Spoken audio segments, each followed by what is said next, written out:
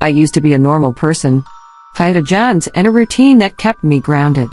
But then, slowly, insidiously, the edges of my reality began to fray. It started with the whispers. Just faint murmurs in the back of my mind, like fragments of forgotten conversations. I dismissed them at first, attributing them to stress or lack of sleep. One night, I was sitting alone in my apartment, trying to relax with a book, when I heard a distinct voice say, "Look behind you." My heart raced as I spun around, but there was nothing there. I tried to laugh it off, convincing myself it was my imagination, but the fear gnawed at me. Days turned into weeks and the whispers grew louder, more insistent. They would tell me things, dark and horrifying things about myself, about the world around me. I started seeing things too, shadows flitting just out of sight, shapes that didn't belong. I would wake up in the middle of the night, drenched in sweat, convinced that someone or something was in the room with me. I tried to tell my friends, but they just looked at me with pity. They suggested therapy, medication, all the usual solutions. I tried them all, but nothing worked. The voices and visions persisted, relentless in their assault on my sanity. One evening, as the sun dipped below the horizon, I saw her for the first time. A woman, pale and gaunt, standing in the corner of my living room. Her eyes were hollow, her mouth twisted into a grotesque smile. She didn't speak, but I could feel her watching me, her gaze piercing through to my soul. I blinked, and she was gone. I convinced myself it was just another hallucination, a trick of my tortured mind. But she kept coming back, each time closer than before. I would see her reflection in mirrors, catch glimpses of her in the windows. I started dreading the night, knowing she would appear. Sleep became impossible.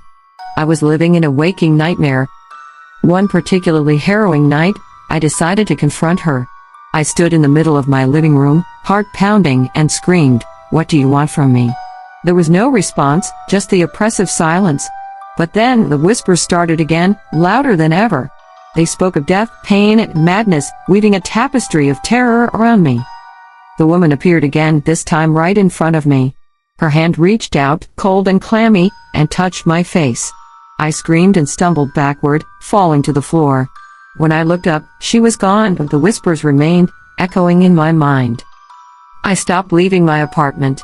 I couldn't face the world outside, couldn't risk the possibility of seeing her out there too.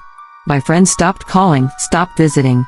I was alone with my torment, trapped in a prison of my own mind. One night, as I lay on the floor, exhausted and broken, the whispers coalesced into a single, terrifying command: "End it." I knew what they meant. I couldn't take it anymore. I got up, stumbled to the bathroom, and grabbed a bottle of pills. My hand shook as I opened it, pouring the contents into my palm. Just as I was about to swallow them, I saw her again, reflected in the bathroom mirror. But this time, she wasn't smiling. Her eyes were sad, almost sympathetic. For a moment, clarity pierced through the fog of my psychosis. I realized that she wasn't real, that none of this was real. I dropped the pills and collapsed to the floor, sobbing. I called my doctor the next day, and this time, I was committed to getting help. It was a long, painful journey, but slowly the voices began to fade, the visions lessened. The woman in the corner became just a memory, a specter of my broken mind. Now I stand on the precipice of recovery, still haunted by what I've been through but determined to reclaim my life. The darkness is still there, lurking at the edges, but I've learned to keep it at bay. And every so often, when the shadows lengthen and the night grows quiet, I think I see her, watching, waiting. A reminder of how fragile the mind can be, and how easily it can turn against us. For more stories, please subscribe and don't forget to hit the notification bell. Thanks.